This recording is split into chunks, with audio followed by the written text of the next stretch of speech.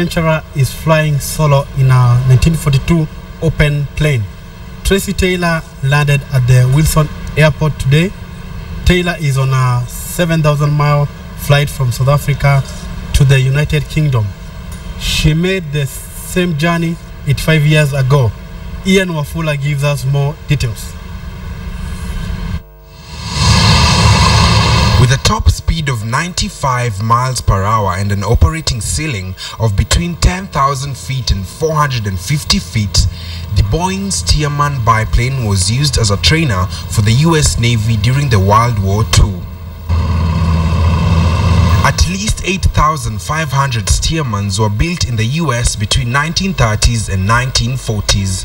They later became popular as crop dusters, sports and aerobics planes after being sold to civilians. You are probably wondering how the 71-year-old plane is still up and flying. It was reconditioned by 3G Classic Aviation in Austria. The plane found its way to Kenya after Tracy Taylor stopped over on her 7,000-mile flight from Cape Town to London. Tracy, being a lover of flying, opted to commemorate the same journey taken 85 years ago by Lady Mary Heath. So this is really a hobby now.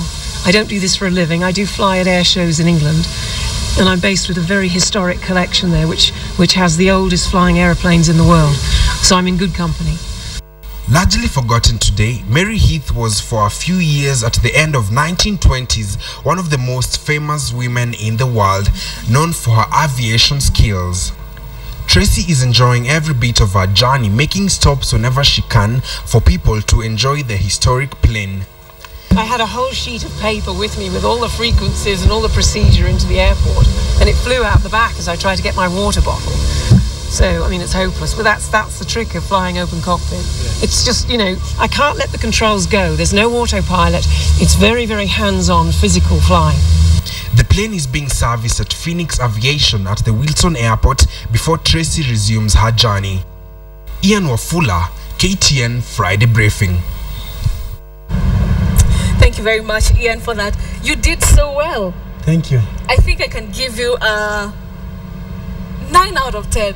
Oh, that's, I think, the highest I've given anyone on the show. I think you did a great job. Thank you. You're just proving that anyone can do this thing. Anyone can read the news. What does it mean to you? I believe it is a journey because I remember some years back in 2006 when I cleared campus. Yes. We were really tamacking, and I really went to media houses. Okay. Wanting really to do this job. And today I think I've achieved one of the dreams of reading news, yes. And I believe that is good. People have appreciated and have known that we can do it. Trust me, even better. Yes. All right, now we're just about to wind up. Time is not on our side, but what can you say are the challenges that people with visual impairment face in this country? Because I know you are an advocate of the visually impaired. Generally, what I can say about visual impairment is issue of access to information, which is which affect us in terms of getting the accessible format, and in terms of access to transport too, whereby we use public means, and sometimes the conductor might drop you at the wrong stage, or not because he's in a hurry.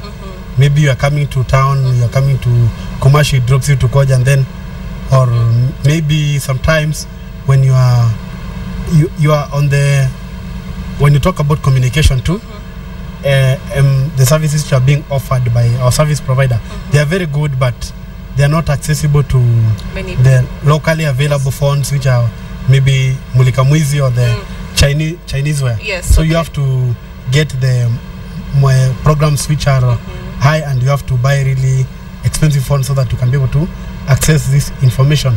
And lastly, the issue of representation and participation, whereby visually impaired persons do not participate.